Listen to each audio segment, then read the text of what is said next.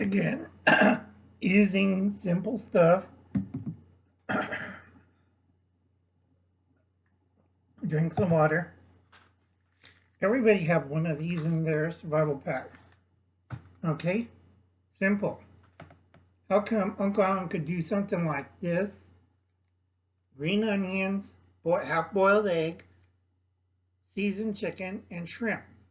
This is the same thing as this one. What's the difference? Uncle Alan knows how to cook. Simple. Can you do the same and also have steamed vegetables underneath?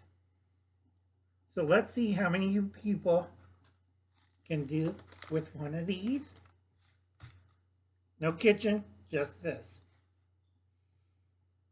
It's real simple, folks. And I'll catch you later. You have a nice day.